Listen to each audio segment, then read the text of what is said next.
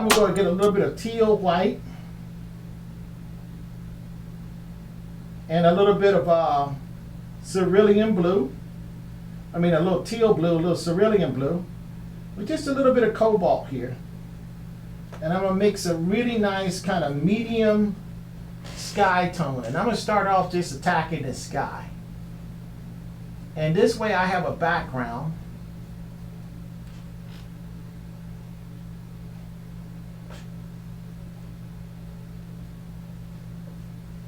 And I'm just going to lay this right on there. Lay it right in. Now this painting, I'm going to have some impasto in it. And this is the first time in a long time that I've painted on an oil ground. So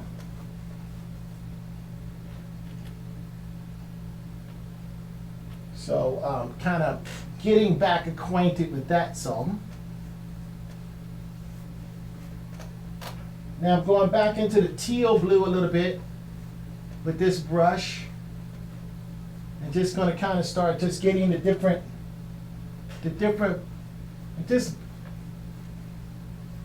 qualities in my sky. And going back to the cobalt. And what I'm looking for now is just the main, I just want to knock my sky in. And what I'm doing is what I usually do in all my paintings. I block my images. I block the canvas off. So what I'm doing is I'm just looking for the gestures in the sky. You know, just looking for the main. Just looking really for the main swishes in the clouds right now on this side of her head. Now I'm going to go back to some more titanium white. And I'm going to mix this color that I'm using into the titanium white a little bit more. And I'm going to I like to go to the edge. I want to just start I want to get to the edge of this painting right now. And there we go. I'm at the edge of the painting. And this is me starting the painting. Okay.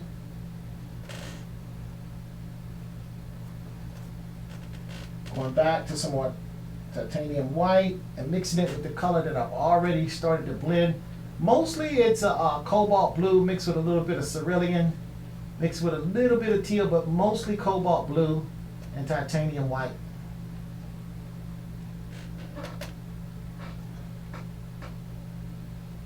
And now for this little section in here, I'm going to be mostly with titanium white. I'm trying to go in between so I don't mix anything. I'm using the same brush. And just get this sky. Just try to get this sky in there really quickly. Just want to get this sky laid out, you know, with paint.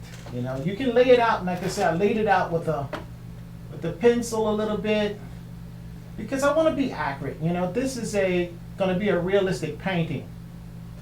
So when realistic paintings, sometimes I don't lay out. I just go in with paint and I paint. But when I'm painting more of an image that I really want to try to lock it in real tight, I do go with a layout, you know. Okay.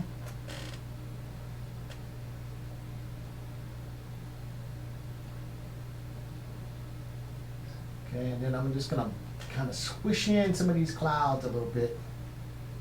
Kind of get these clouds in there. And like I said, I do like to keep my painting. I like my painting a little bit loose. I mean, some people paint really, really tight, you know, because especially when you're working from a photograph. I do have an image here that's not really a photograph. I composed this image and designed this image, but mostly the face that I'll be working on is actually somebody's face.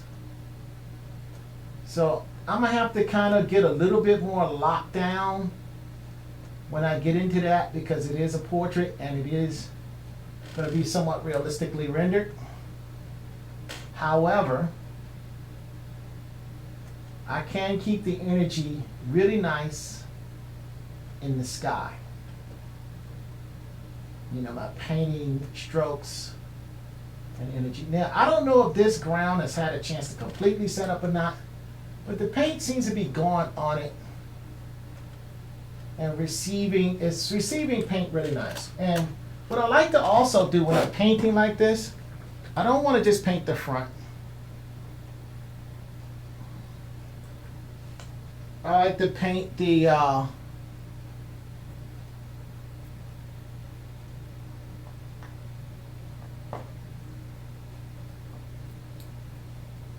like to paint the sides too, because I do that gallery wrap look. You know? With the gallery wrap look, it just looks nice when there's color all around the image.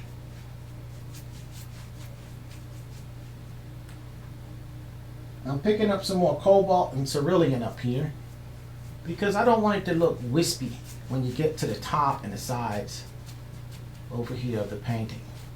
Now this painting, I'm painting with the idea that it might be framed or it might just be, you know, just unframed with the gallery wrap look. So that's what this is all about.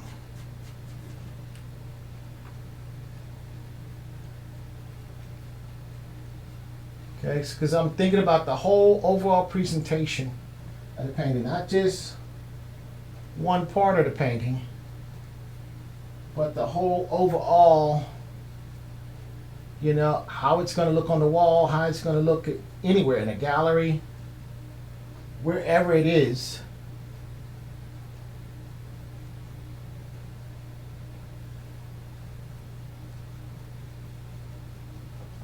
So I'm going to go ahead and wrap this sky right on around right now. You know, just get it done right now. I mean, I could just address the front first and then come back and adjust the sides. But now that I have the thought, you know, with these brush strokes a certain way, it is a certain thought in mind.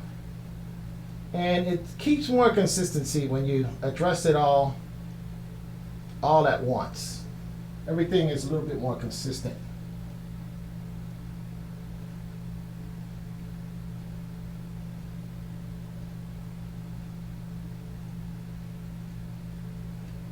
Okay, so that looks pretty good.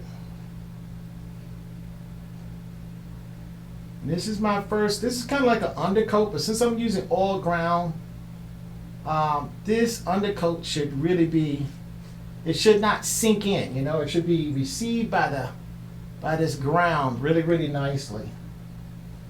So that's what I'm hoping for anyway. And apparently that is exactly what I'm getting. Okay, so now, and I do want to attack the sky on this first because it's going to be my negative space. Yeah, everything else is going to go either on top of that, branches, foliage, whatever. Also, it helps me to kind of get some color. I'm starting to get a sense of the vibrancy of this painting already.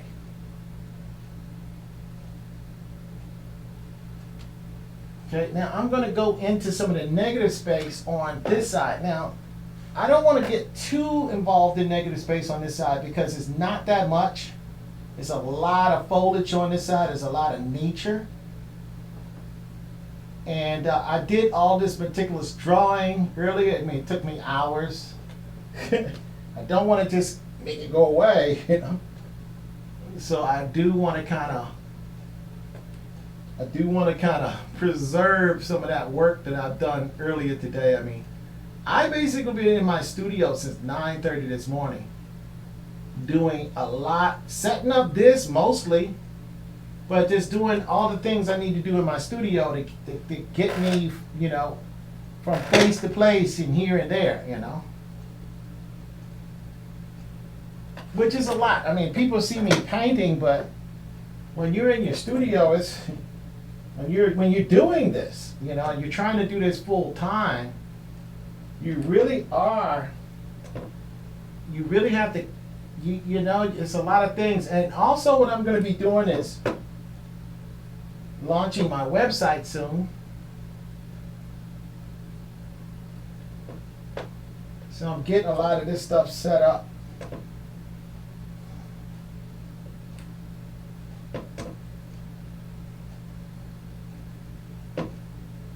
Okay. All right, so now we got some color coming in.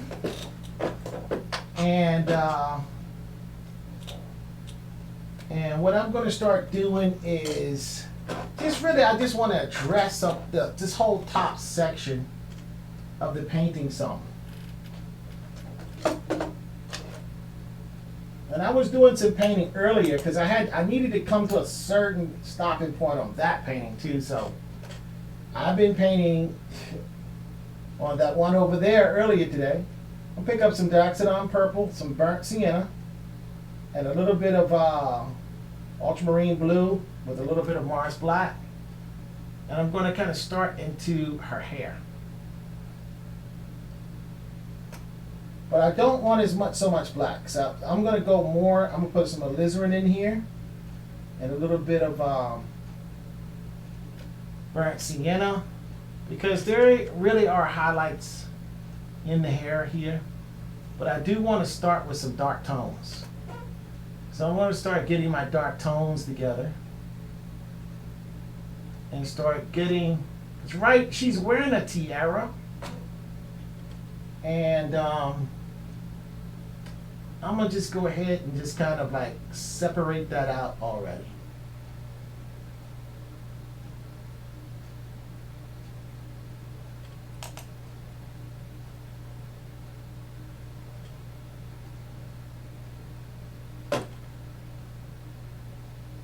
And I'm using mostly Dioxidon purple and raw umber with a little bit of alizarin for this tone here.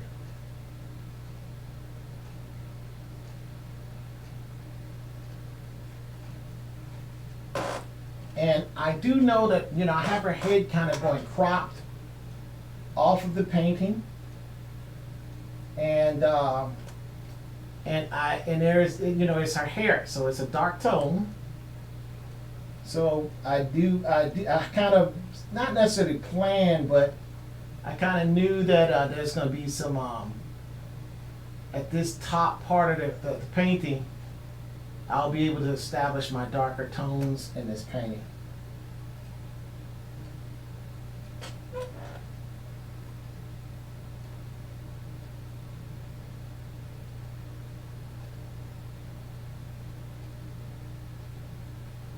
And of course, we're starting this painting out completely brand new today. This is a new painting.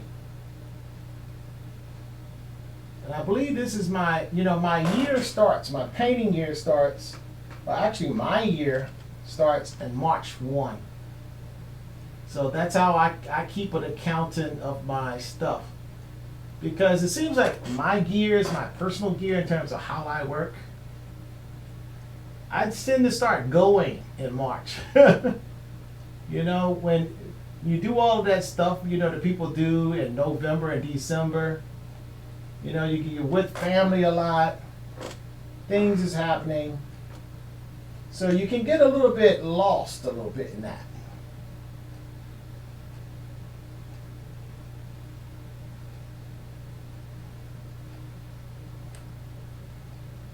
So I'm going to use less medium because I am painting on oil ground here. So I don't really need to let this oil soak into, you know, when you're using acrylic, it's kind of like, it's almost like plaster of Paris or cement. You know, you can almost just feel the oil go and suck right into the canvas. So I tend to put a lot of medium on when I'm starting a painting, when I have an acrylic ground. You know, when I'm using regular acrylic gesso. But now that I'm using oil, I really can lay in tone with a little bit less. Now I'm going to pick up a little bit of yellow ochre and a little bit of cadmium red. I'm just going to start introducing just a lighter tone in here. Just a different kind of like a dark, it's a brown, but I want this to be my undertone.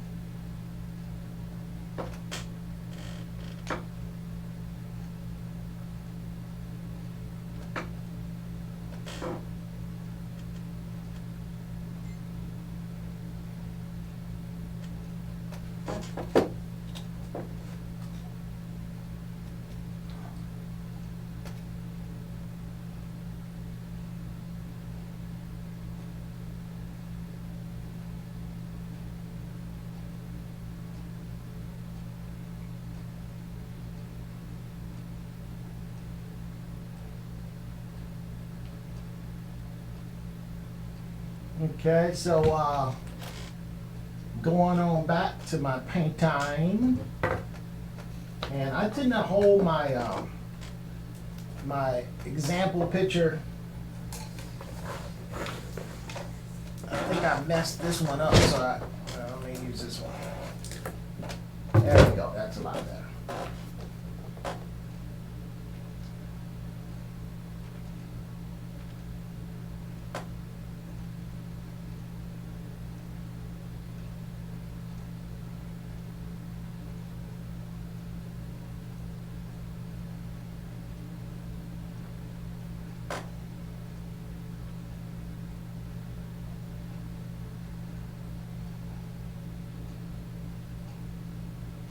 Everybody has their way of painting. This is one of my ways. I have different ways actually. I'm always experimenting. I don't just do something one time. I don't do it one way, all the time. I'm always trying to learn different things.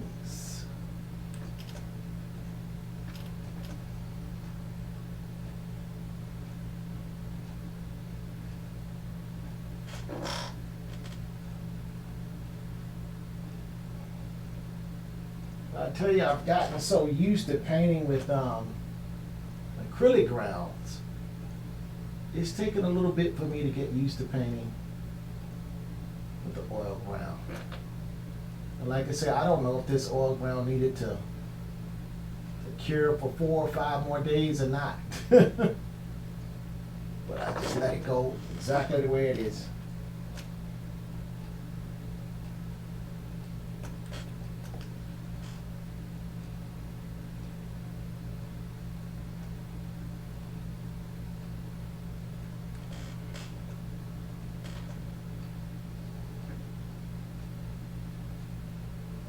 Okay, now as I'm getting towards the, at the hairline, because the tiara kind of fits over the hair.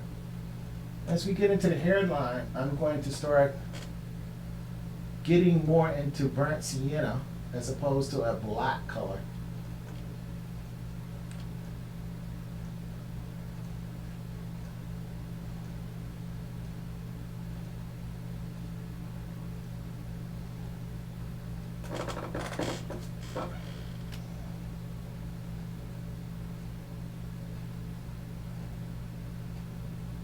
I'm just going to take a little bit of the yellow ochre, a little bit of cad red, and just kind of lighten this brown up to indicate a transition, because a lot of this is in shadow. And when you're working with a photograph, you're not necessarily working with a live model. You can't see everything because you're kind of beholden a little bit to the quality of the photo that you're supplied with. So you're going to add what you think is there, or you're going to paint exactly what's there and nothing else, and be safe,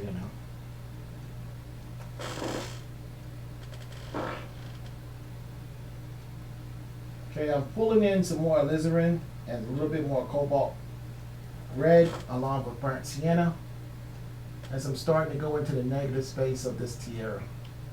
And I'm not even going to paint the positive space of this tiara until this color starts to set up.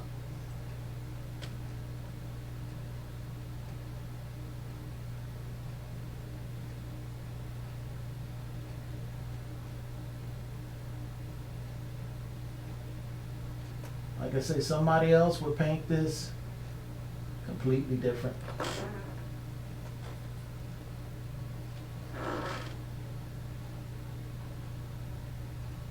Perhaps. Or somewhat different, I should say.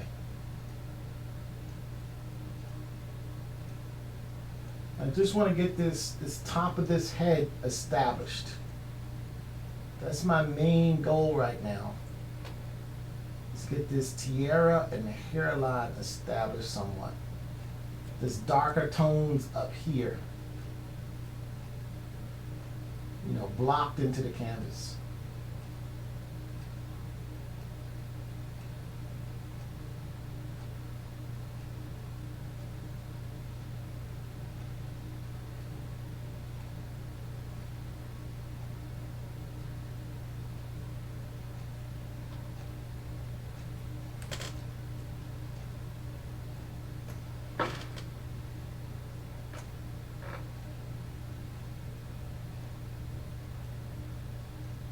And I didn't really tint this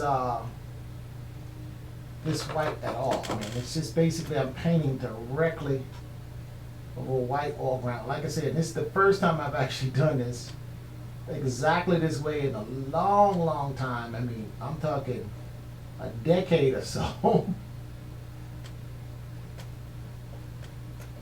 So,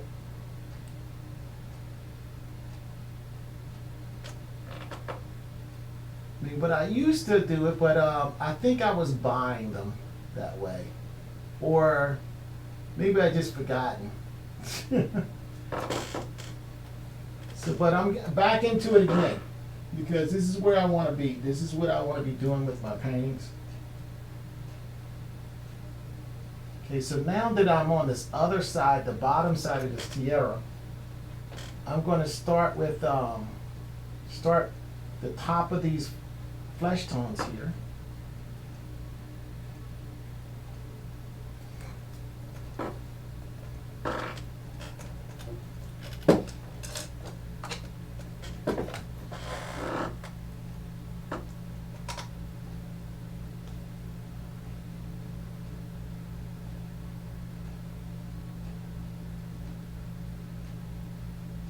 Like I say, you try things that's a little bit different. You know, after being used to doing something one way, you make little adjustments, you know, in terms of what you're doing, in terms of how you paint, how the paint goes down, or what you expect, or sometimes you get it, the materials you use either is going to excite you some or is going to challenge you, you know.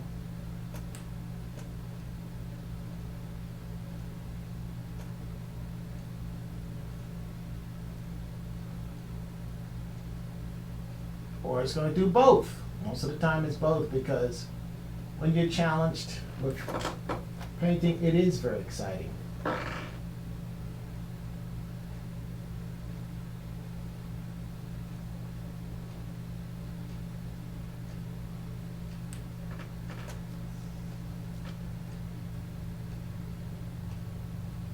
Now I'm going to have a lot of, not a lot, but I'm going to have texture and pastel, I guess patina, in this painting. So this painting is going to have quite a bit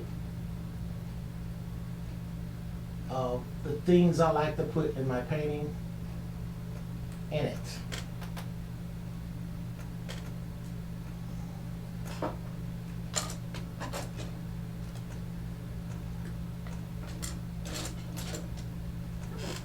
And of course, when I start out my paintings, oftentimes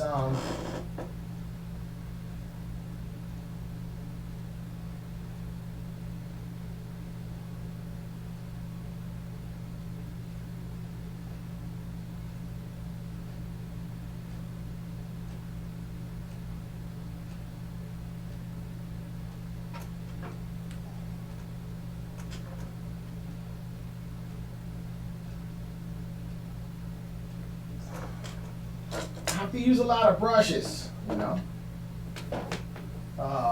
It's unfortunate, you know, sometimes I spend a whole hour cleaning brushes. It's okay, I gotta clean this brush. And then, like this brush I probably didn't even want to use, and I got it dirty already. Okay, now I had a brush just a second ago. What did I do? Drop it? I wanted to use it. Oh, here it is. Okay, and I'm just going to start really working with this background. I want to try to get the background blocked out a little bit before I start getting too much into the foreground.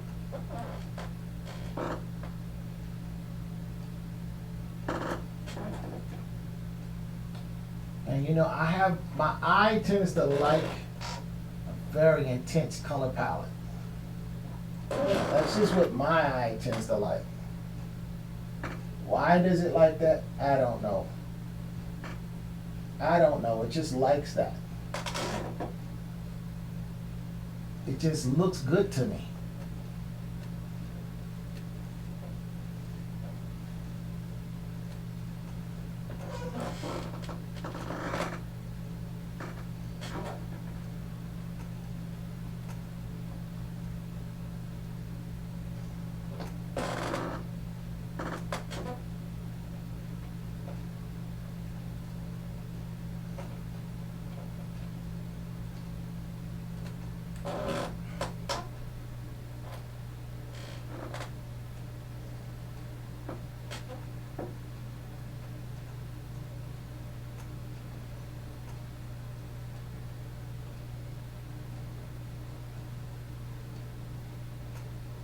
So I got this painting nice, and a lot of times you put it on the oil on, you know, the PVC size of painting is not as firm.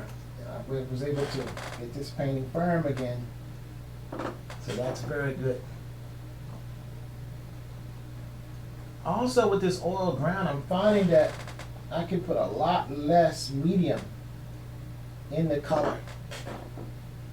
A whole lot less medium. I can just basically almost go, man, almost straight out of the tube almost.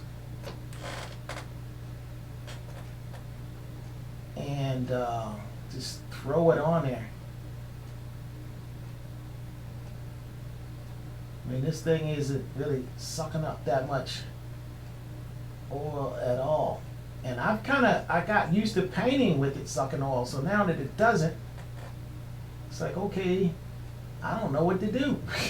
I do know what to do, but I have to reinvent the way I'm applying this stuff.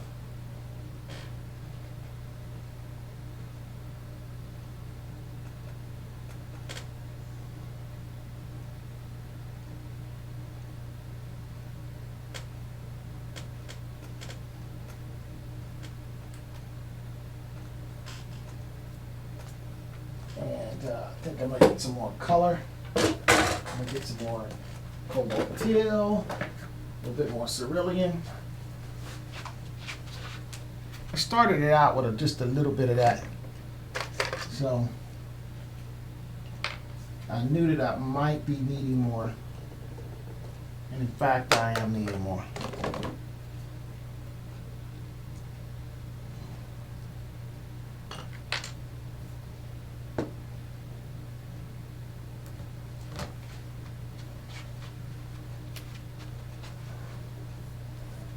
Now, I'm not really painting so much, so quickly as I do with the big ones, because this is going to be a more tight painting. I mean, out of all the, if you guys been following me in a while, you see that my first day, I cover a lot. I cover a lot of canvas, but I just don't have that much canvas this time. So I don't have to be anxious to cover that much. I just don't have to be. This is a 24-inch by 36-inch. Basically a 2 feet by 3 feet. And those are 6 foot by 9 foot, you know. So you know, it's drastically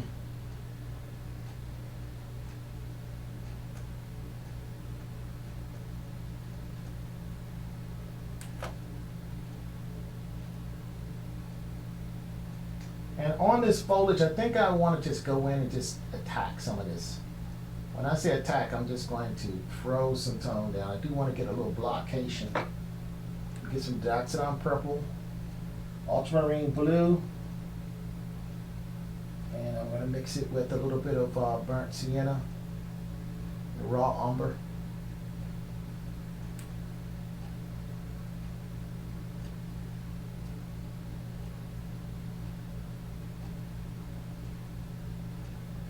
And I'm just kind of establishing this a little bit darker than when I'm seeing it. And now I'm going towards more of a blue. And then I'm going to lighten it up.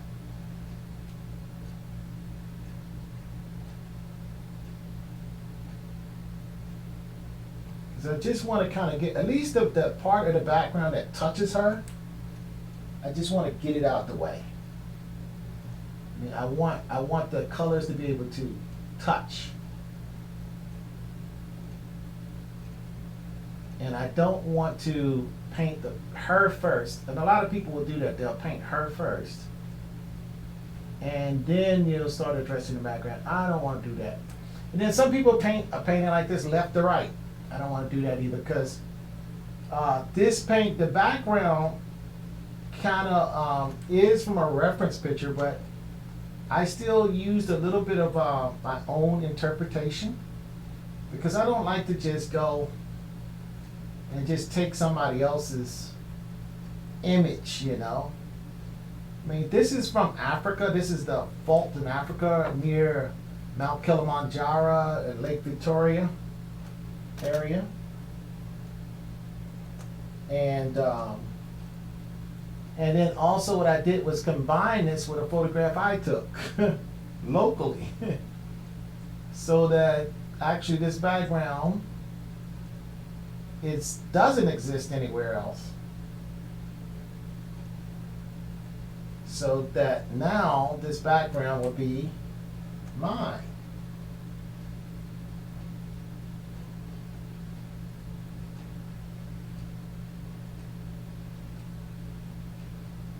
What I'm doing is going into a little bit of Viridian green, a little bit of sap green, and a little bit of permanent green.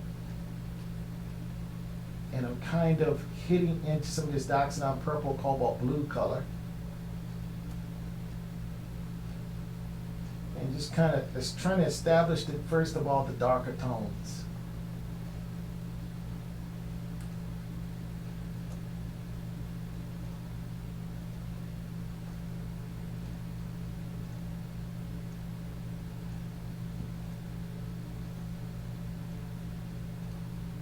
And establish these darker tones.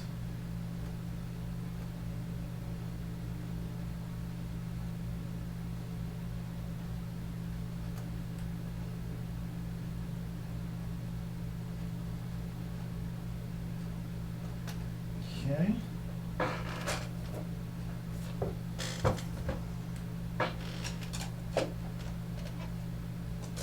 All right. And sticking with some of my wider brushes, I'm also trying out some of these synthetic. This is a synthetic mongoose something or another, and I didn't get a chance to use this brush that much on my Abduction of Matoaka painting. So hopefully I get a chance to try out a little bit more on this painting.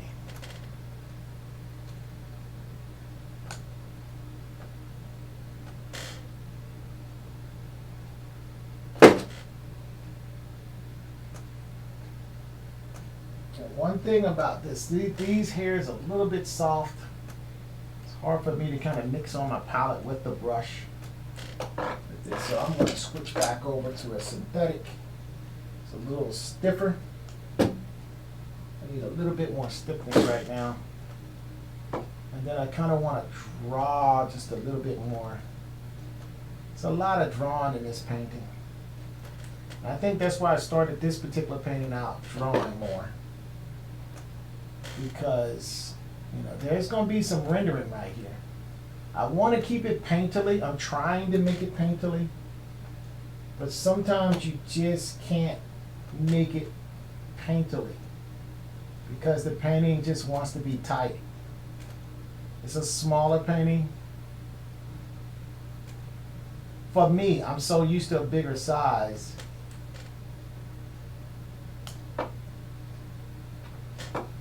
And I haven't painted tight in quite a while, actually, so this might be good for me.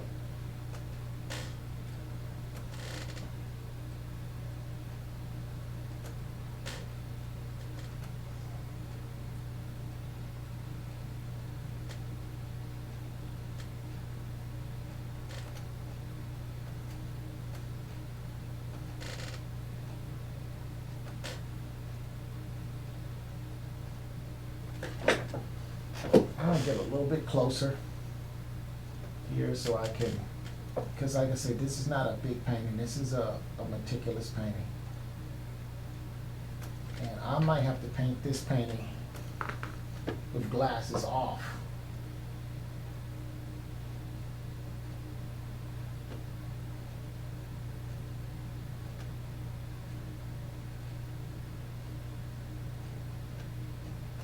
I think I'm gonna be really close here most of the time.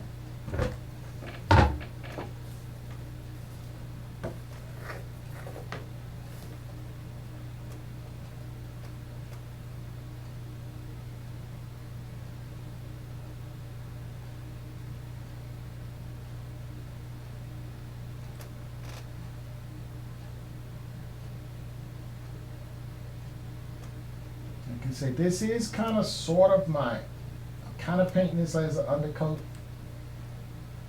but in reality, I don't really know how I'm painting this yet.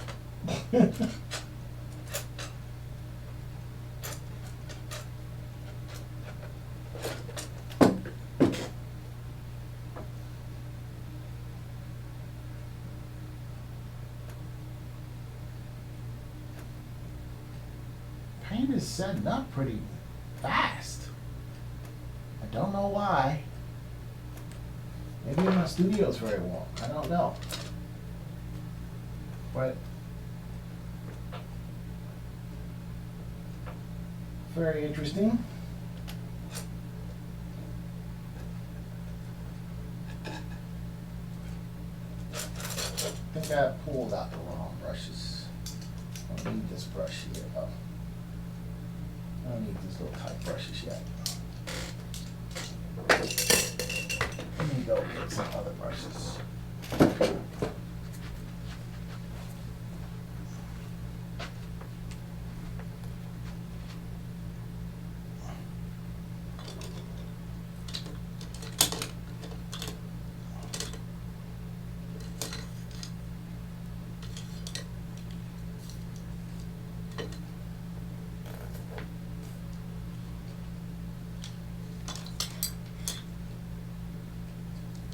Kind of like these little synthetics.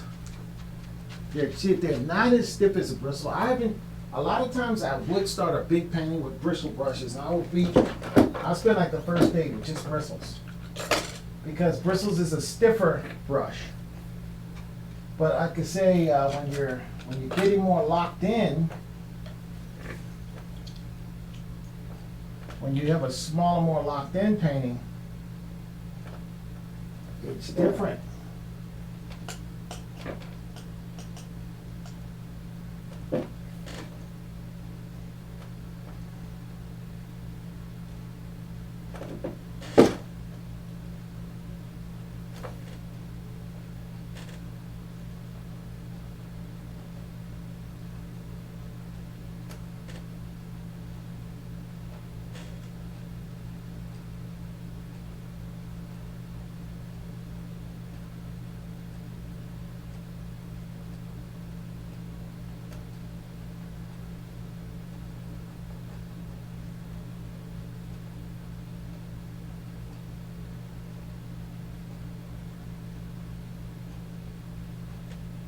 And when I don't have a coat yet on my paint, you know, it's just the ground.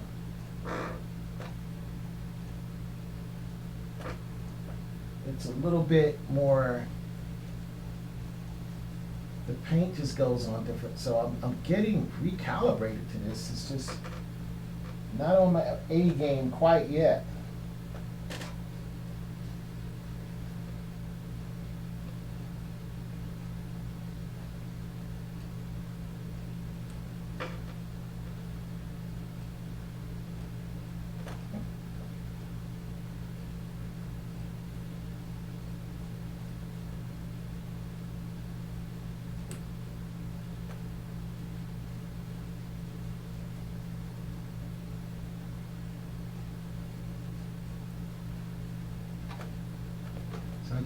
I need this first coat just to go in.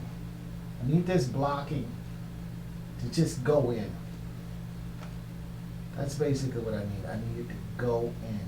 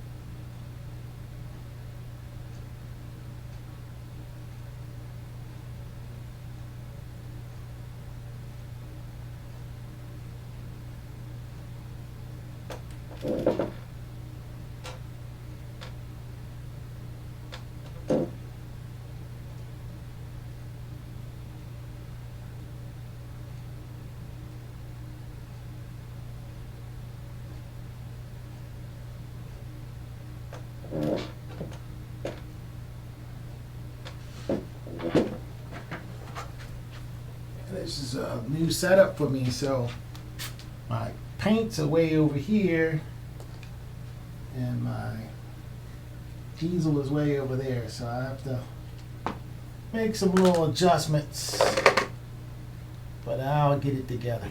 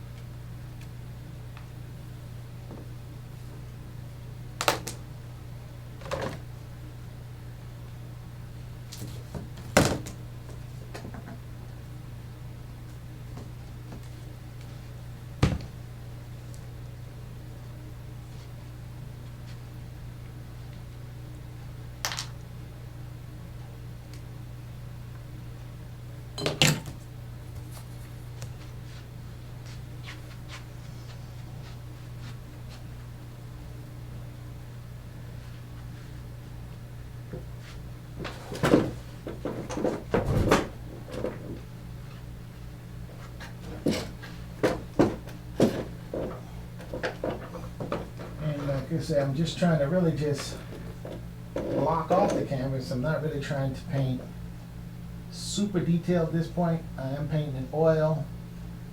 I do want to get a base color, just a base coat of oil paint, artist oil paint on.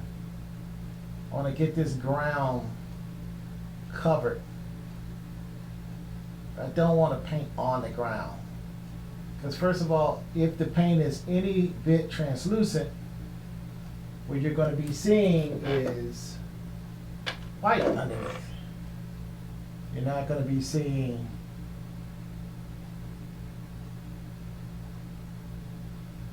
the tone, you know, so I want to see tone. So what we're going to do is set this underpainting up. And I'm going to set it up with some nice rich paint. I'm getting some nice brush strokes in here, texture, a little bit of impasto. I don't want just a flat, photographically rendered painting. I want the paint itself to be interesting.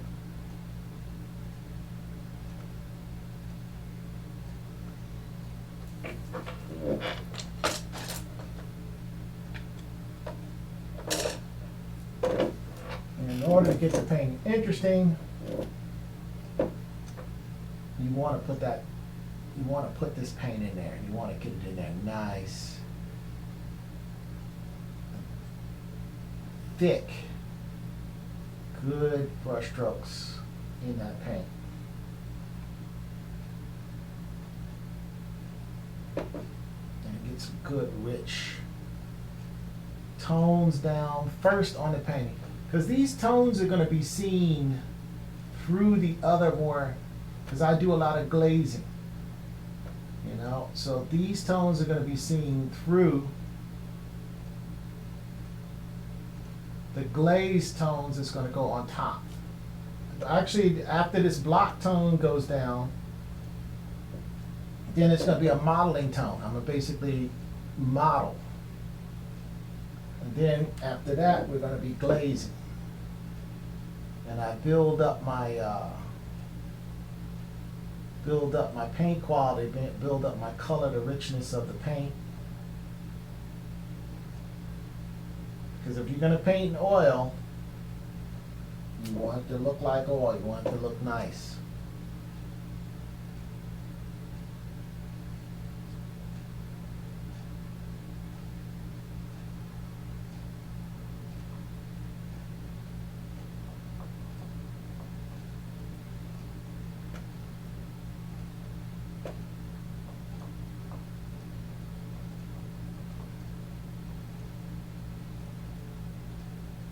So I'm making all of the white areas in the background go away as much as possible.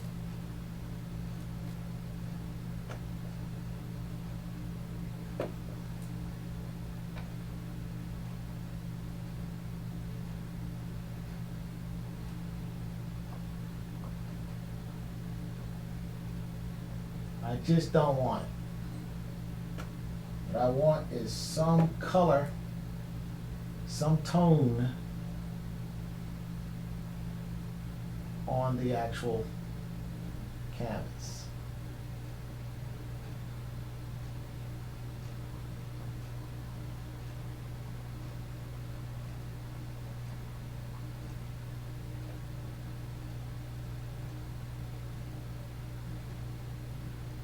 That's my starting point. And this is not, I'm not trying to get so detailed at this level.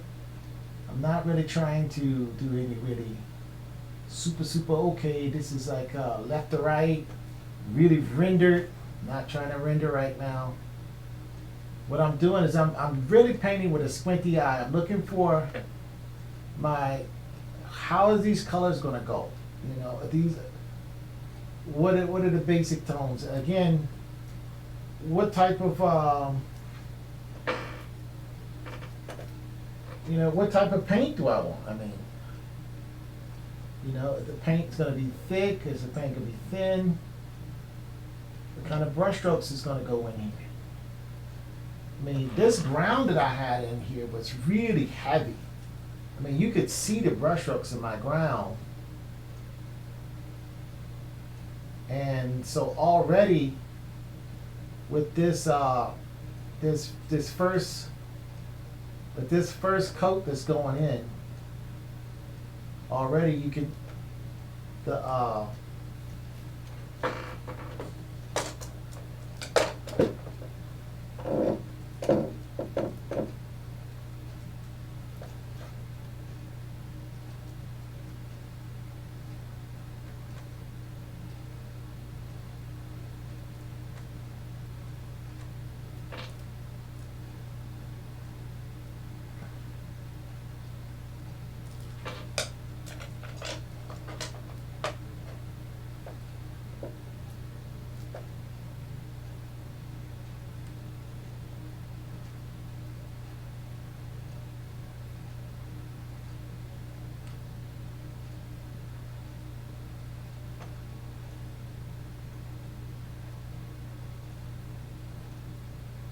I mean, those textures are gone, you know, in the ground. I mean, it's not gone, but it's complemented by the more randomized textures of my underpaint.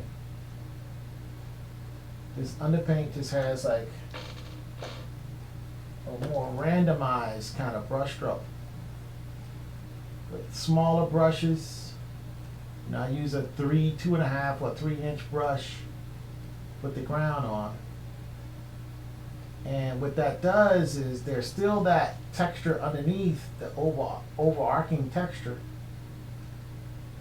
I'm kind of looking at this mongoose here, and this is a Hamburg brush, and I'm just trying to get an idea of what this brush does. I'm kind of not testing brushes, but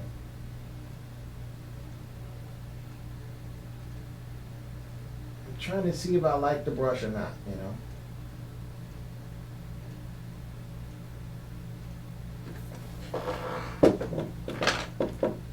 But this painting here is a bit of a lesson on, I'm not going to say trying new things, but,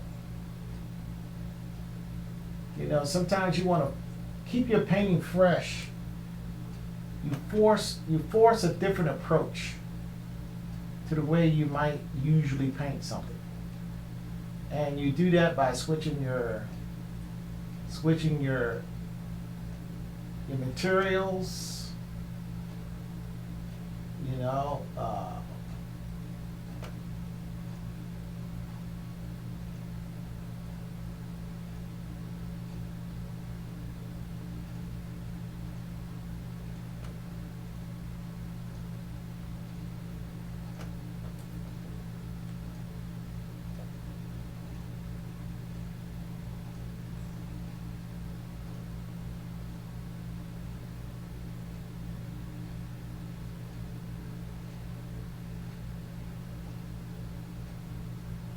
and this oil ground is just not as absorbent as the acrylic that I'm used to working with. It's not even close.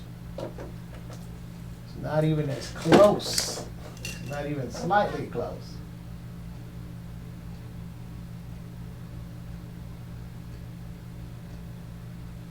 It's a bit of an adjustment for me.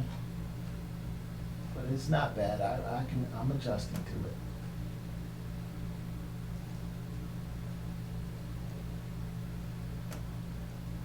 But the quality of the paint, in terms of the luster of the paint, is more retained, even in this block layer. So that's something that's different. And that's something that I'm not really used to, I guess. I'm not used to that as much. At, you know, at the blocking level, at the beginning level. I usually have to build to get that. I usually have to work in a successive, you know, layer. Okay, so now there's this kind of rainbow thing that's going through the sky. And I'm going to just get into that with some titanium white first. Some dirty titanium white, I should say. I don't want anything that's too just plain white.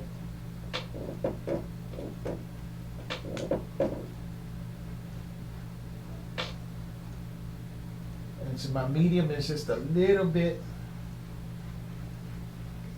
dirty now, so that kind of grays out my titanium white some, so I don't have to mix it.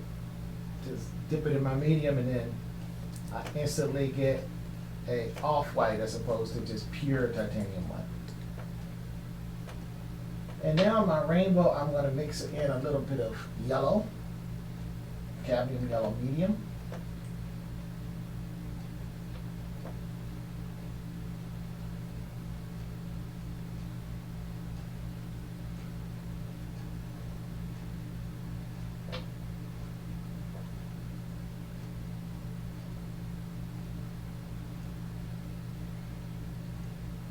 And then now I'm going to go from that cadmium yellow medium to a kind of to orange, cadmium orange. And I'm just going straight out because, again, when I mix this into my medium, it kind of knocks it down some.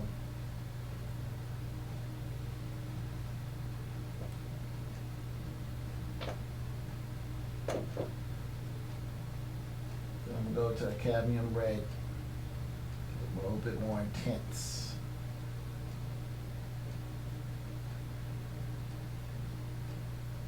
And this kind of goes into the sky just a smidge. I'm painting wet on wet here, and I'm just going to indicate this at this point because I probably will want to paint this rainbow wet on the dry. Okay, now what I'm going to do is clean out my brush because I'm using my sable brushes already because this all ground is much softer, much more subtle than I'm used to with the acrylic grounds when I first start. So I'm able to kind of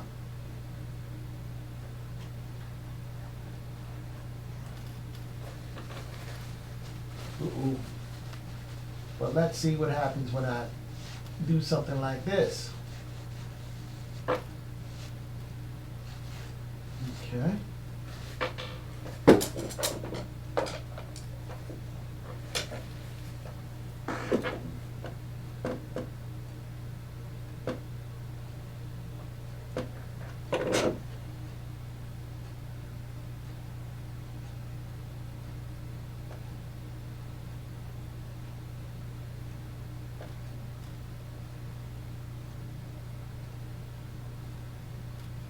I'm just trying to establish what I want to do. That's all I'm doing in here. It's just a background forest. And I just want to establish what I want to do in this. A lot of times with the beginning of a painting, it's just establishing. Establishing, especially with these backgrounds like this.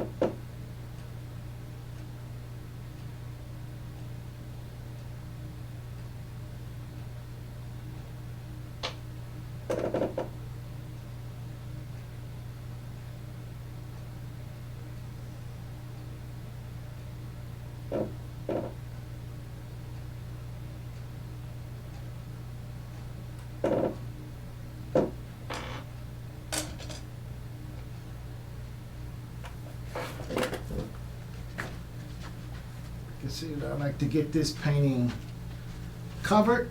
And actually, I'm not going to say I'm frustrated, but I am covering this painting a lot slower than I usually do. And I think I know why. And it's because it's the ground. I'm not used to oil ground. I'm used to an acrylic ground. And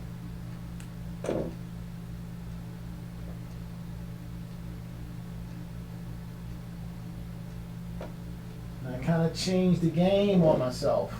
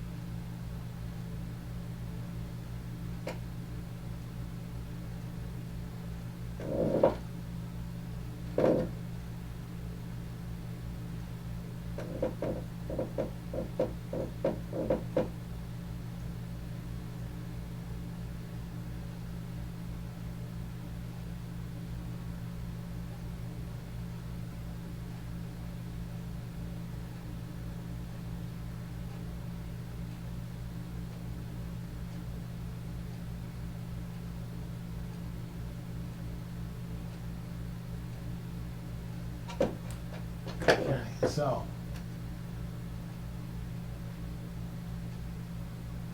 with the oil ground, I'm finding myself having to go to softer brushes. I haven't even used a bristle at all yet, because all it's going to do is scratch this oil. It's going to scratch up the oil off of the oil ground. And I'm painting better with sables on this oil ground, which is unusual for me, because usually I start out with a bristle, then I work to a little bit, still a stiff brush. The bristle is about as stiff as you get, because I usually have to force the tone into the canvas, just to get that tone, because I'm pushing oil in. This oil is sitting kind of on the surface. So with a bristle, all it's going to do is scrape that oil up. And I don't want that, because it's going to be a scrapey look. And even when I use a synthetic, which is the next hardest brush, or the next stiffest brush, that brush kind of scrapes a little bit too. So then I switch to my synthetic mongoose, or my mongoose mixed with synthetic whatever. That brush is a little slightly stiff, but soft. Even that one doesn't give me what I want. I have to just almost go straight to the sable. And even the synthetic sables is not as soft as a real sable. And just because I want a nice even tone here. I want my tone to be even right here. I mean, I want the paint thick and rich and heavy. I want to cover this white, but I want a rich tone. I want to take some of these big brushes out, because I don't want to have to clean them. I don't want to get them dirty by accident. I'm not going to need those. I think I've used all my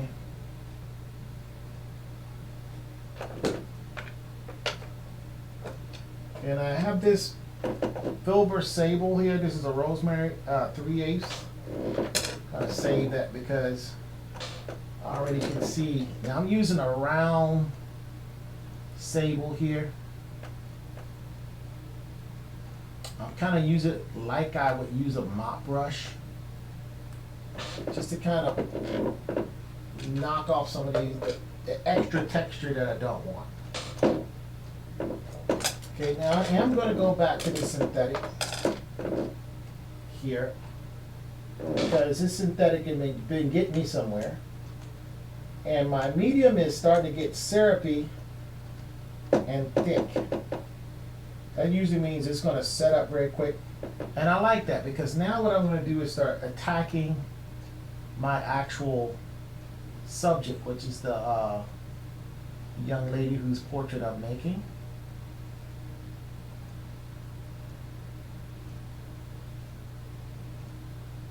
And I do want this to set up, not necessarily very quickly.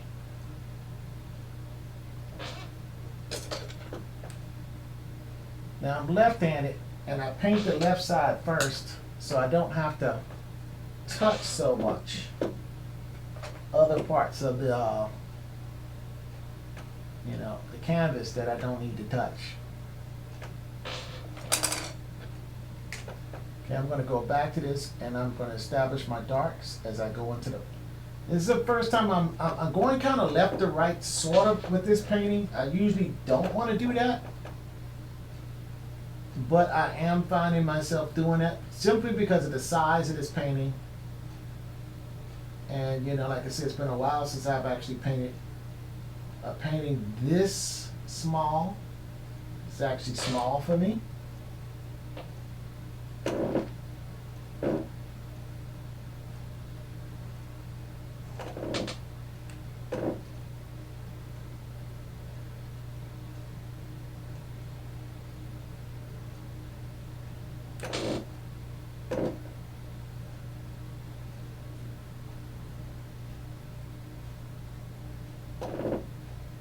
But I'm getting started. Tomorrow, I started this painting tired. I usually don't ever like to start a painting tired, but I think the young lady wanted me to start, so I told her that I was going to start today, and I'm a man of my word, so you know what? I started today even though I was tired. And usually I would wait until the next day. Not making any excuses. Being tired is kind of forcing me to paint a certain way.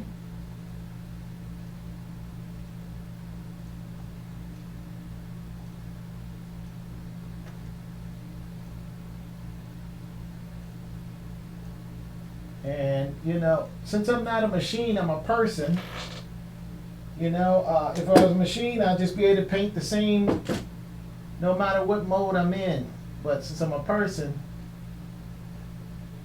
my status in terms of being tired or not tired does translate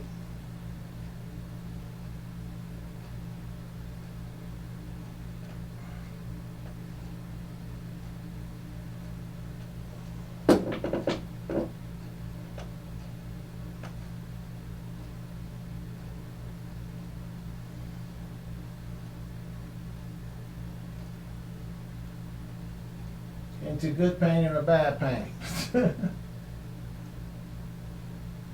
Not saying that I'm doing bad painting now. Just sometimes the painting just flows out of me, and sometimes you're working. And when you're tired, you can fall into the work. You can fall into the work kind of mode as opposed to the flowing mode. You still get the painting done, you get things done, but do you feel as good doing it? Or would you rather do it a different way?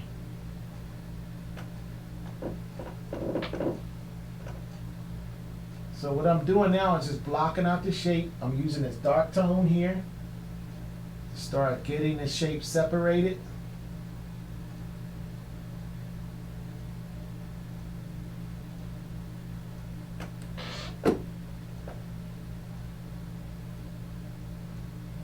Just establishing lines now.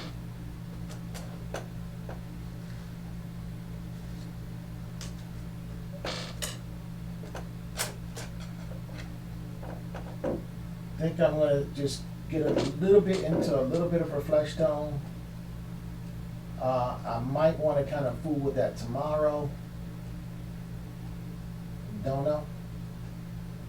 But this tone is right next to this this dark here that I have. So I'm just going to just put a little bit of this, a little bit of the tone that's just right there next to that. I'm just going to just get a little hint of what that tone is for now.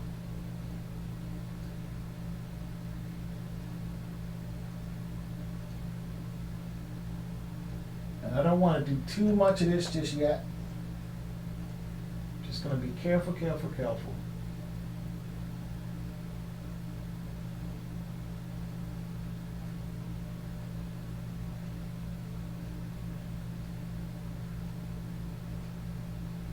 It's just to describe the clothing. Because the clothing, again, is separate from the face. I'm going to definitely start this face when I'm not tired. Not going to do this face. I never like to do a face when I'm tired.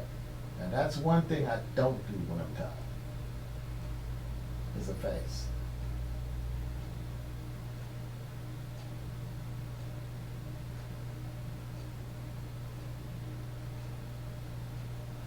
So that means tomorrow is when I'm going to do the face. Today,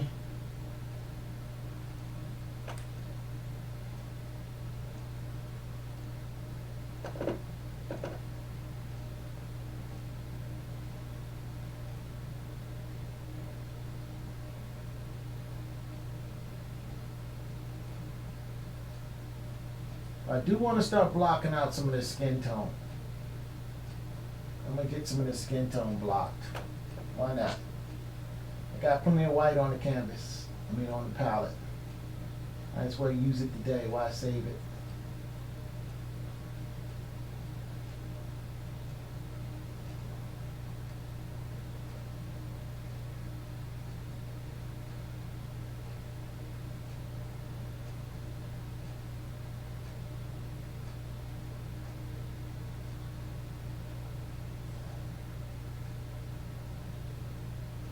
But I'm really going to focus on the skin tone that's right next to the garment. I don't want to get into too much skin tone right now because I like skin tone, so I want to take my time. I like her skin tone. And yeah, it's fun painting skin tone. And I definitely want not be tired when I do that.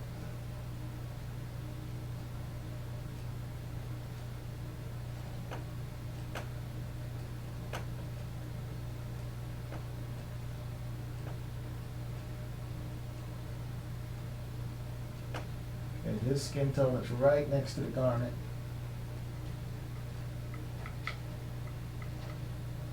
But I don't want to paint on this ground. I'd rather paint on my block color. So that's why I'm popping in this skin tone now. Especially next to the garment.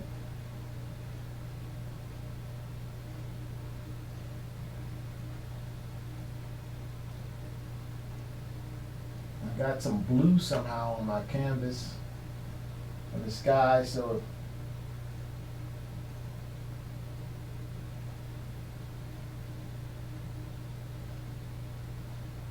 just going to blend that away as I block. A little bit of this.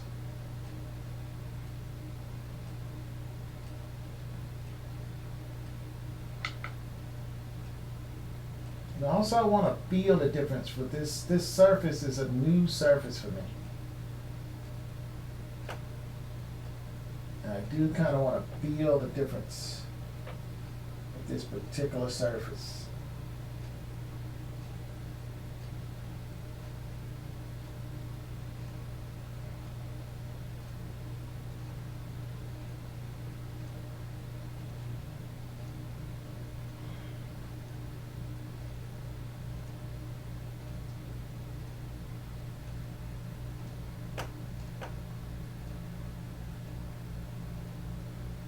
don't have to feel it all today. I don't have to put it all down today, and I'm not. But I'm going to establish. Okay, going back more to my dark tones again, because I got a lot of dark in this painting. As a matter of fact, got a lot of dark right here.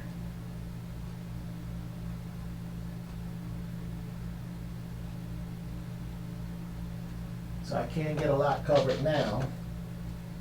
But sometimes I don't want to get too overzealous, because in these darks there's a lot of subtle, she has like a lace thing on. So there's some subtle stuff in here, and I don't want to just get too, I don't want to start running. I just want to establish my main shapes. That's basically what I want to do today. Is just establish my main shapes.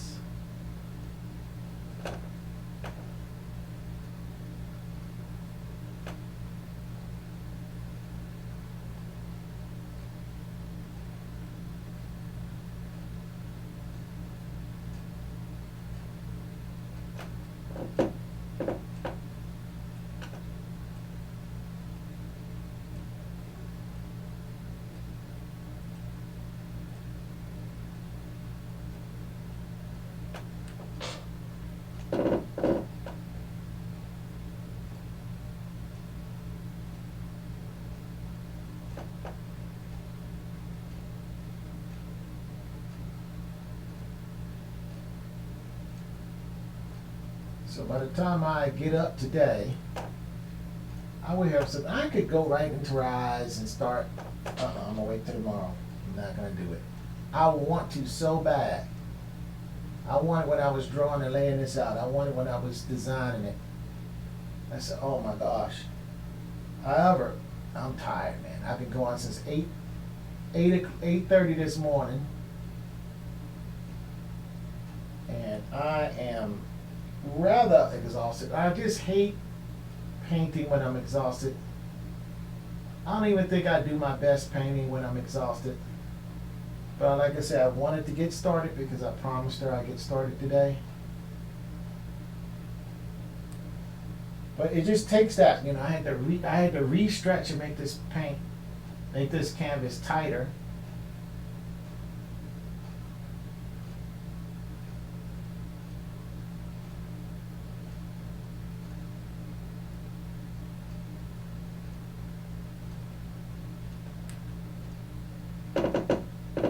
And I think she's been waiting because, like I say, this canvas took a week. I mean, 8 days just for the ground to dry. And I waited 24 hours. I put at least 3 coats of PVC sides on. And I waited 24 hours between each coat. So, and you know, I stretched this myself. I built this myself because I want to put quality into the painting. I want everything about this painting to be quality, to be handmade by me, the artist, hand done, and far better than what you can get from a store. You know, you just can't make a canvas this size with this thick a ground. I mean, I got a thick ground on it. And maybe that's why it took so long to dry, because I probably should have had each coat half of what I put on. But, you know, a thick ground is going to take a long time to dry. When we talk about, that's the reason you want to use oil. When you talk about a long time, you're talking about 500 years. I mean, technically it's dry, but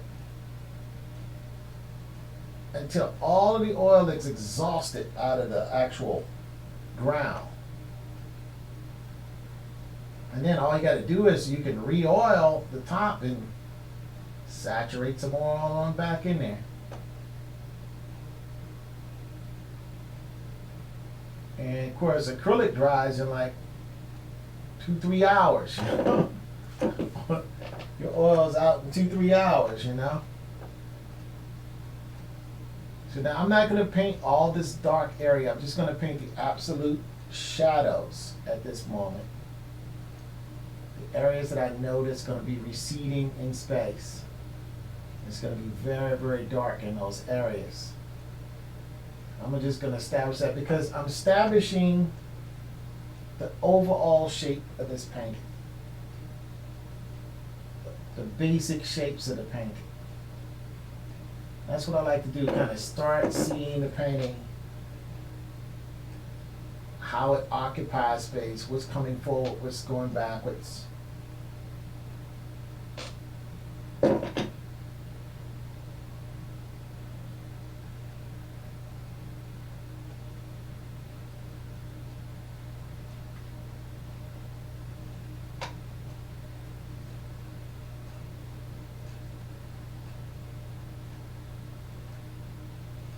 I'm just going to kind of, on these edges of these black tones that I'm putting in, I'm just going to kind of dry brush it into the ground. I don't want any hard edges at this point, but I do want to establish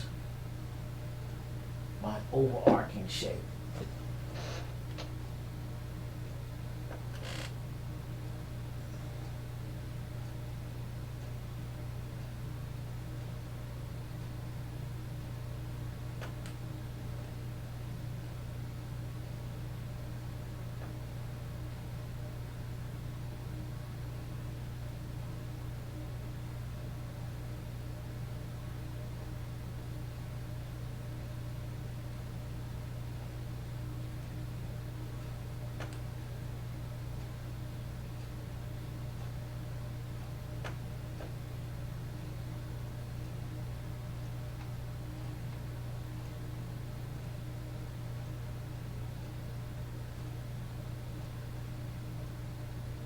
Again, ultimately, I do want this whole thing. I don't want any of this white, but I'm going to be patient.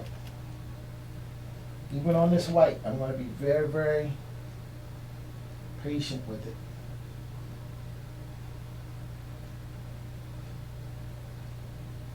I'm not going to try to rush this thing.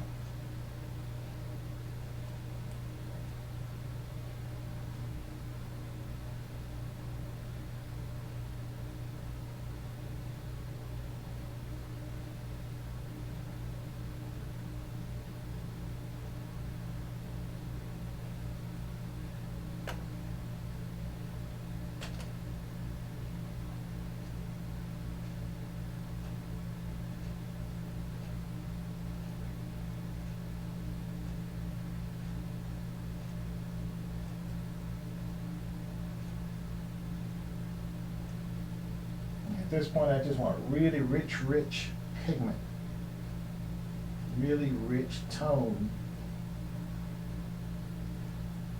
in this painting. It's really what I'm trying to establish at this point.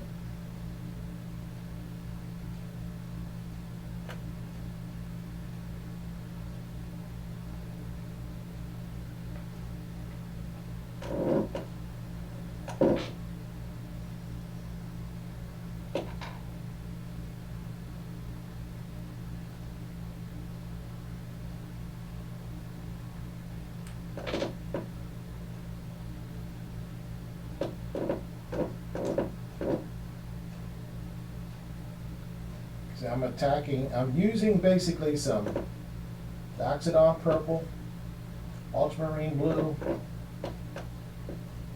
and raw umber. Can create a very, very dark tone here for my shadow. Or just to kind of block off this my darkest areas, just kind of block that in. Blocking my shape with the darker areas.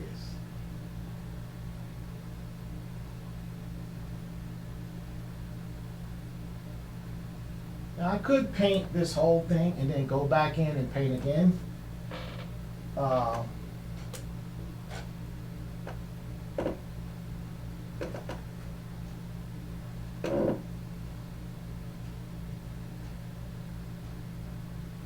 Sometimes when I'm more tired, I'm a little bit slower to take chances. Slightly slower to take chances.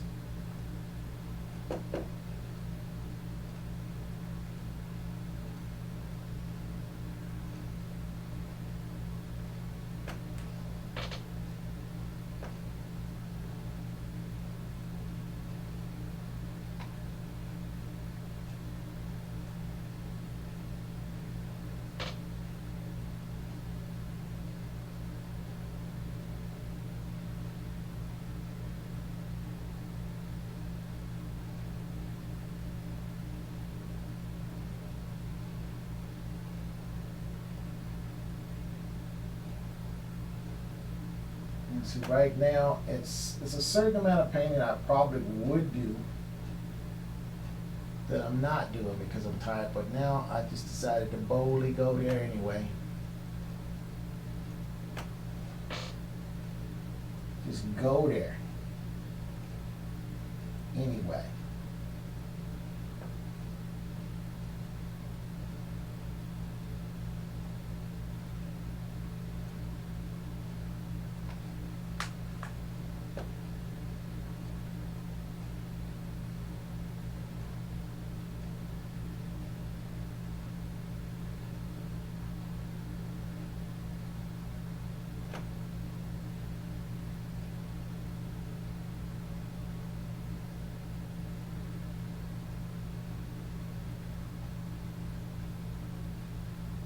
Again, I just want to attack this white.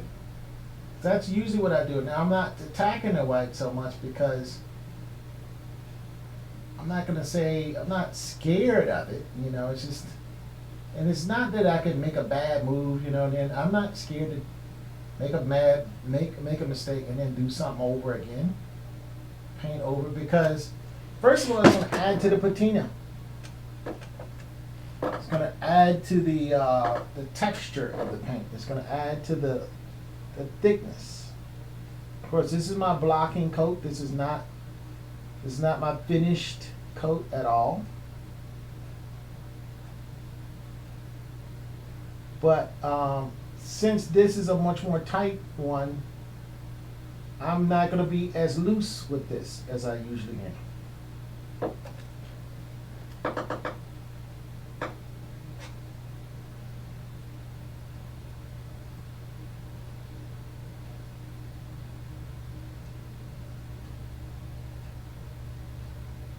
Well, I should say coat, I mean layer, I guess. Layer of paint.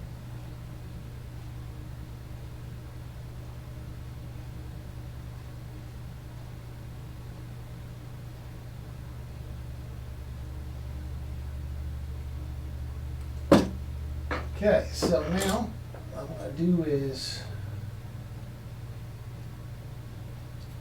for some reason I'm even having a hard time.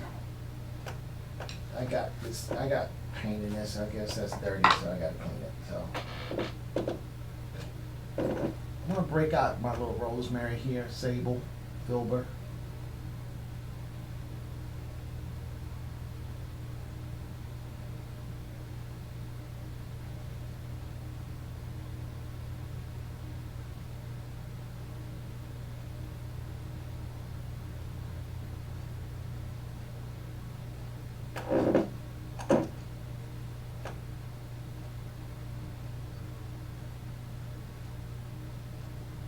And that didn't do bad at all, even though I'm tired and it's a little bit slow to go there. Okay, so I'm gonna go back over to this one. And I'm gonna cut in some more dark tones.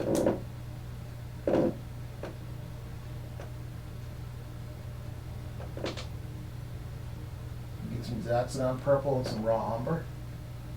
Knit it into this dark kind of bluish tint black that I have. A black tone. And I'm going to start removing some of the lining because I use the line to kind of get this thing silhouetted. But I want to make it modeled. I want to make it a shape.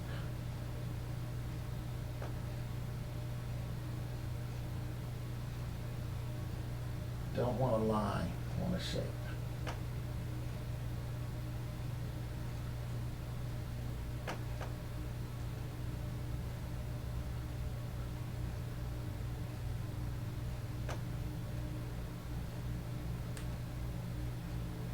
I'm going to pick up some ultramarine blue down here with some Mars black for these very, very rich shadows down here. This garment's actually got to go back behind. So I want ultramarine blue in that, in this black.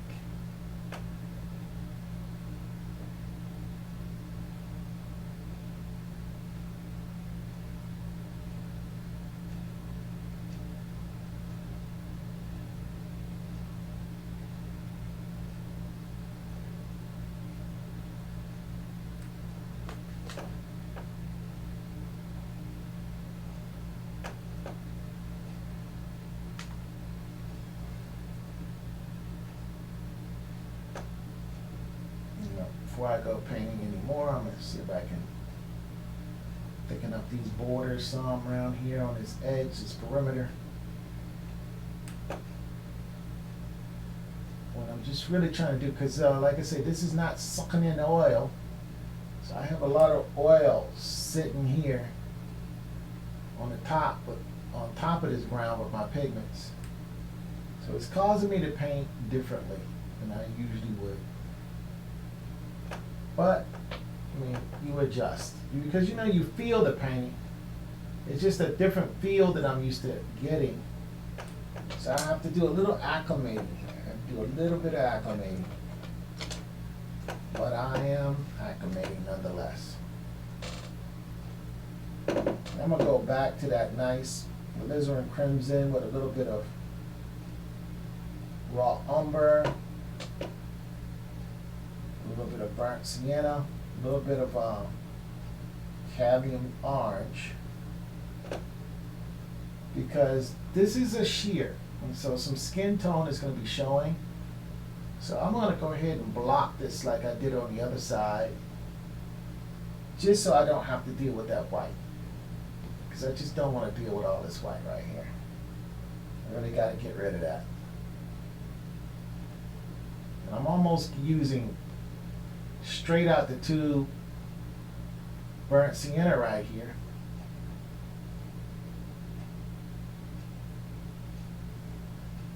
And I'm using my number 7 number 6 Raphael brush, sable, filbert, to throw this color in. And I'm going to get a little bit of, I don't even want to get any yellow ochre, because I can actually mix that a little bit with, I'm mixing a little cadmium yellow with what I got.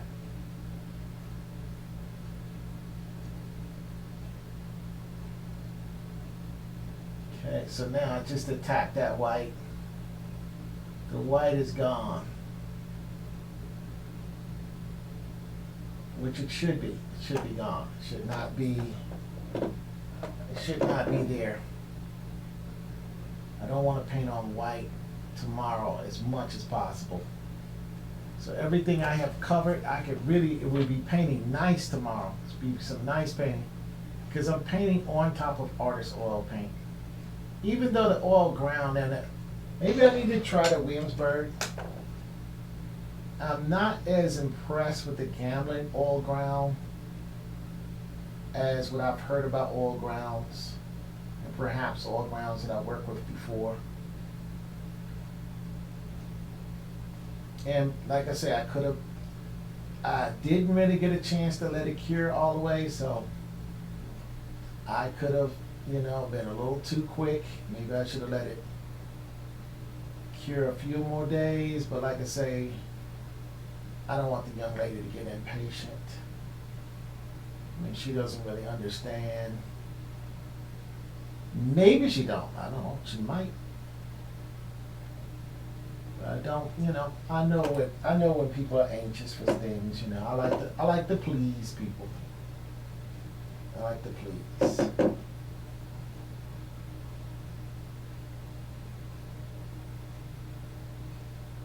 Okay. So that's good. Okay, so now on this side is showing a little bit more sheer. It's showing a little bit more sheer.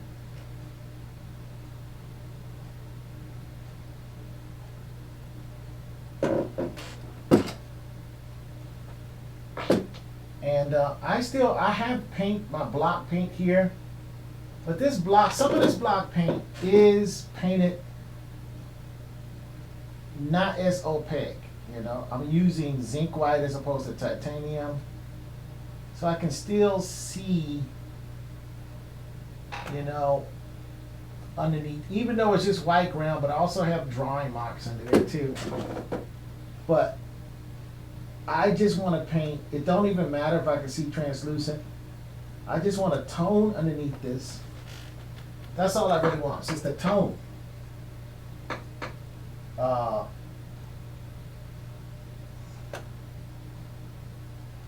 Sometimes it's important just to have a tone down.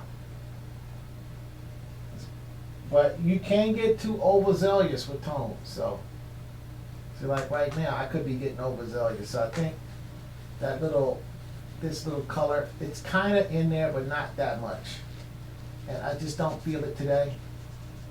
So just so I can have this canvas tone, I'm going to just wipe it up and just, instead of having painting on the ground, it's going to be a real thin coat of that, of this. I can still see my my underdrawing a little bit, which is what I want to see. Okay, so now what I'm going to do, since I have a lot of pigment paint still on my canvas, this is really a lot of black and lace in here, but what I want to do is establish the skin tone first.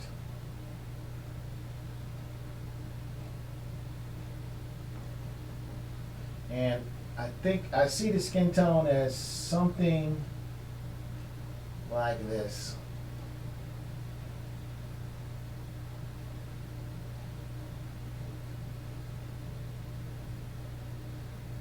So I'm going to block in this tone first. And like I say, instead of having white, I'm not going to paint around every little lacy thing. I'm just going to block in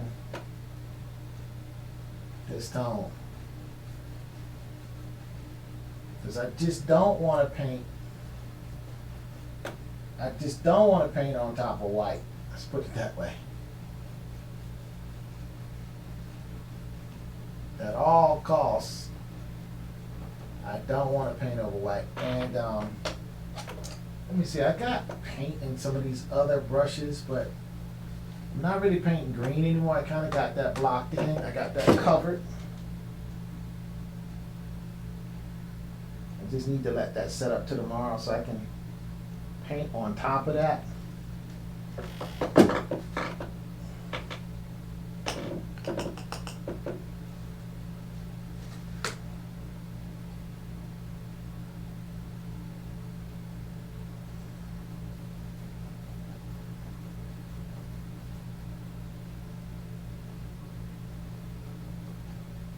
Using this mongoose brush is kind of like a good combo blend and push the paint around brush. You know, you can push the paint where you want, like a synthetic sable or a synthetic bristle. Actual bristle is actually very good for painting, pushing paint around on the canvas. They're not the best. Bristles are not the best for mixing unless it's, unless you got some big thick paint, heavy body paint. But if you have like little, like watered down with medium paint, with a lot of medium in your paint, it may not be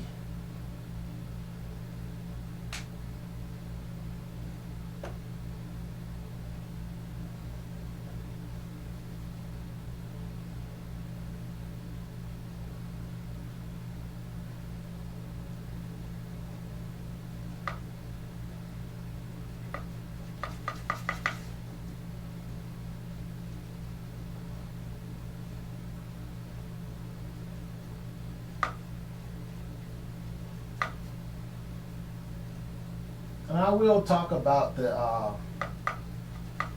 symbolism, I guess, in this painting more tomorrow. Just today, I'm just so tired.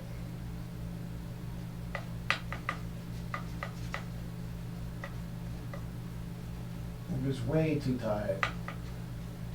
But the great thing about doing a lot of work is you got a lot of stuff done today.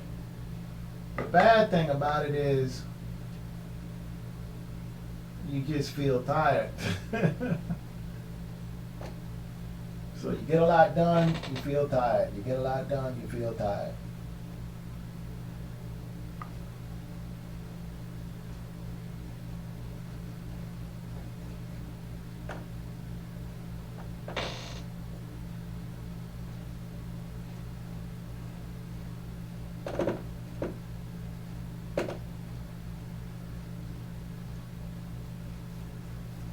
But I have a lot of the canvas. Now this area, I have a snake here. I have a lot of foliage. I'm going to attack that tomorrow. I'm not going to really get into that today. Rome wasn't built in a day. Sometimes you just gotta let the painting happen, and you don't want to rush it. You don't want to rush your paintings.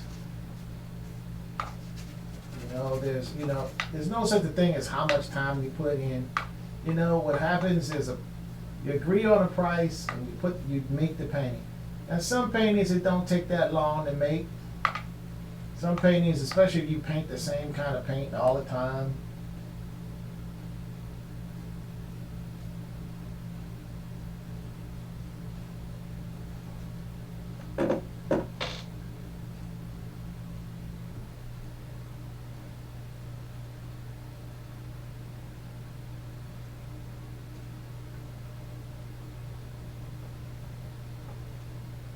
And other paintings take quite a bit of time. And then also depends on your mood. Sometimes, like when I was doing that, I take a break, I have to fix stuff around the house. I have to go move people, family issues, all kinds of stuff, So you have to adjust your life.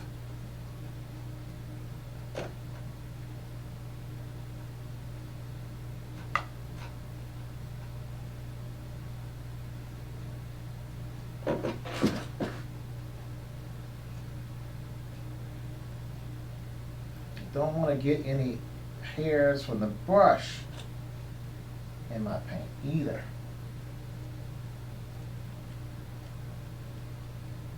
And this synthetic mongoose. I think I'll stick with the higher end brushes. Because it's really a hassle to try to get a random hair in your paint.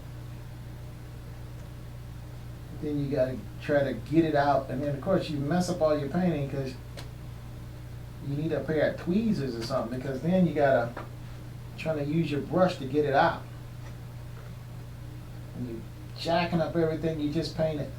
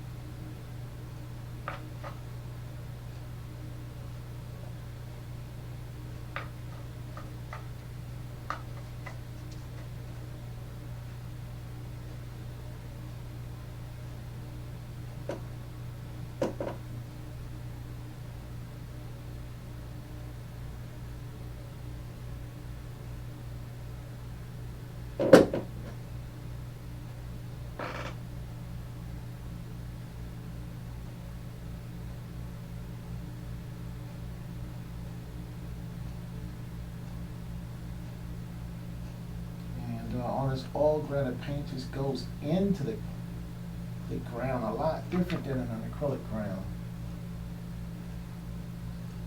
So I'm trying to wrap my head around that at the same time. It's just a different way it does it.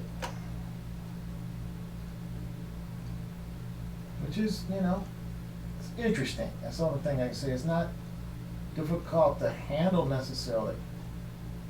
It's just that certain things you might want to do, you might have to rethink a little bit. Okay, so now what I'm going to do is go in with my rosemary sable, long hair filbert.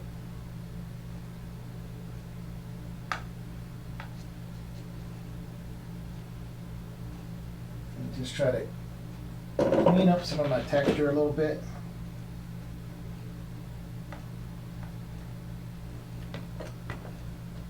And I really don't want to, at this point in the day, I really don't want to add any more paint to my palette, because then I have to, sometimes I put my stuff in the refrigerator, to try to preserve it a little bit so it doesn't dry up by the time I get to the next painting session. But this is a commission painting, so tomorrow I'm not going to skip a day, I'm going straight back in. So I'm going to be hitting this thing quite a bit.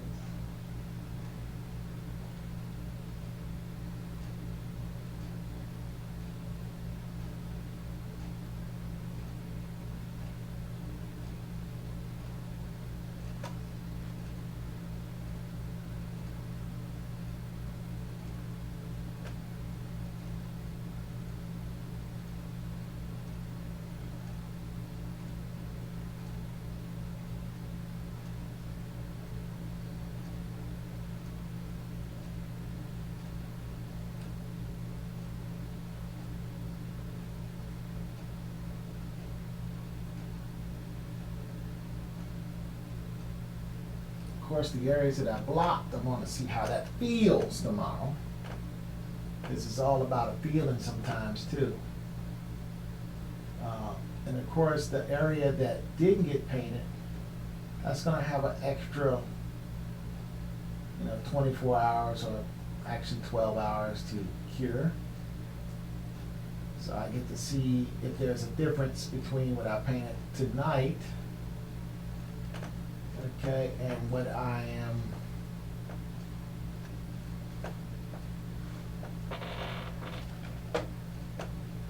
okay. Now let's see what else I want to do.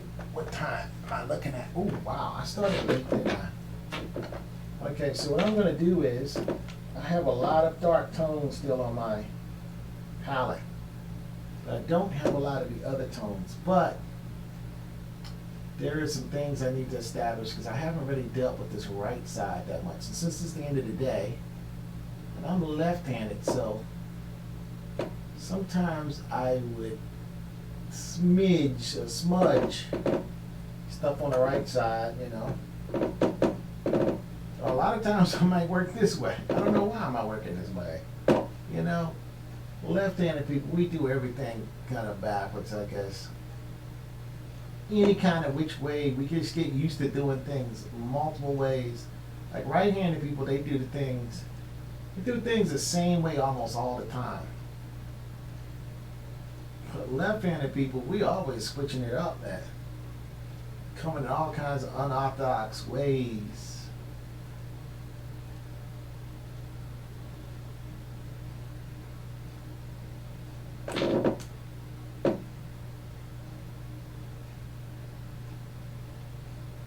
Because everything is kind of set up for right-handed people,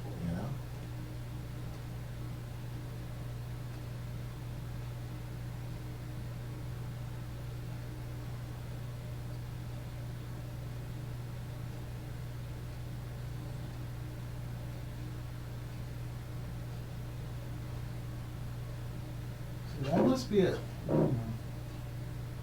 going to make any prejudgments yet. Reserve all my judgments till I have enough information.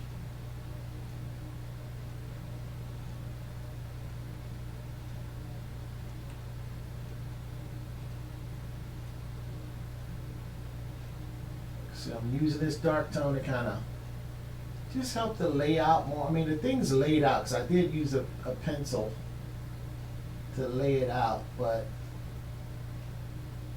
I'm just going to lay it out a little bit better. Or India ink, I should say.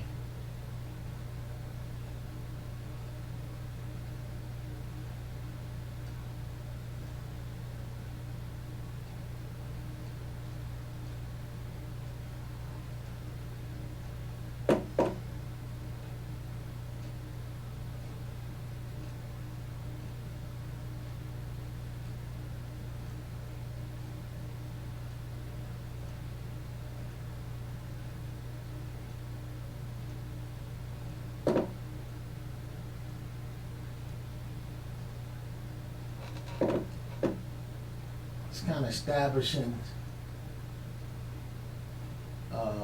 some of the foliage and some of where the other parts of the motif is go on and go.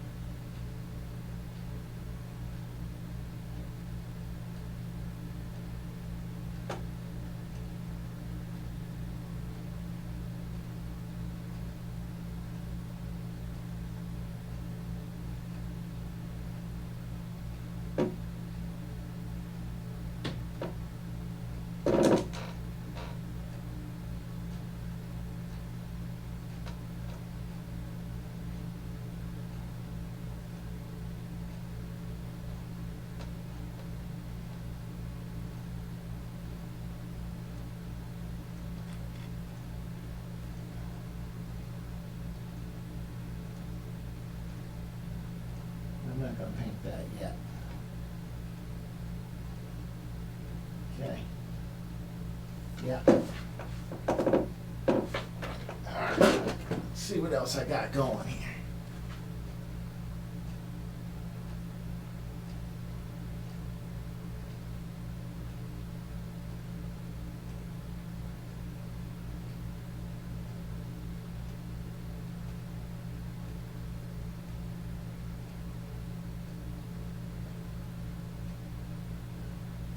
Okay, so I think I just need to, mostly what I need to do is just let this main coat go on.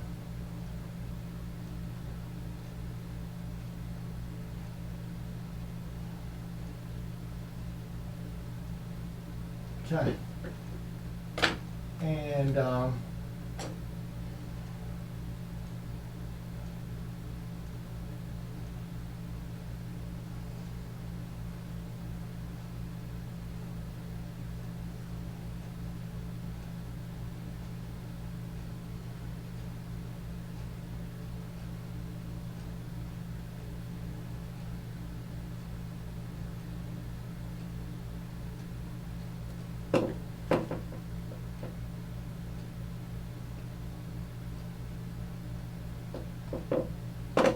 I'm not gonna, like, I'm tempted to kind of do something here with this, I'm just gonna do a little something, fingers maybe, a little something, something. Trying to get that sort of going.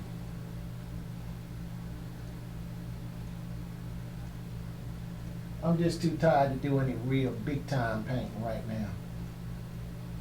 So I'm gonna kind of, I'm gonna try to take Take it easy.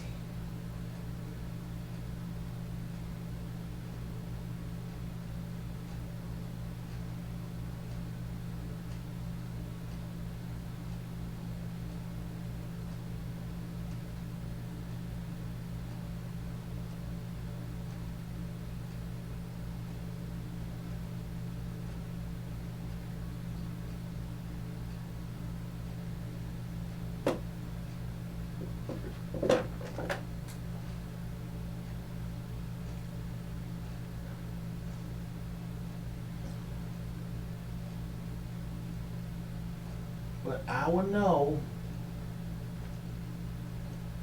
when I've reached the point of diminishing returns, because you can get to that point when you're painting. You paint, and you're not benefiting yourself to push on and do more.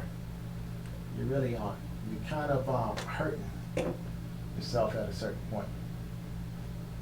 And I think I'm at that point right now. And it doesn't matter how much paint is on your palette. It doesn't matter what place you are in the painting. It's just when you're done for the day, you're done for the day. Sometimes you just need to get in that bed, recharge, and come back the next day. And I do have right many brushes to clean. So I think that's a pretty good start so far. I got this blocked in, sort of. I got the base, one side of the paint at least got some block tone on the paint. I got some block color on there. The other side I just got some basic shapes in the dark, like a blackish kind of tone. It's mostly foliage there, but I kind of have where the snake is. Okay, everybody, nice talking with you. Nice that you can come by my studio as I'm starting a new painting. All right. Over and out. I'll see you guys.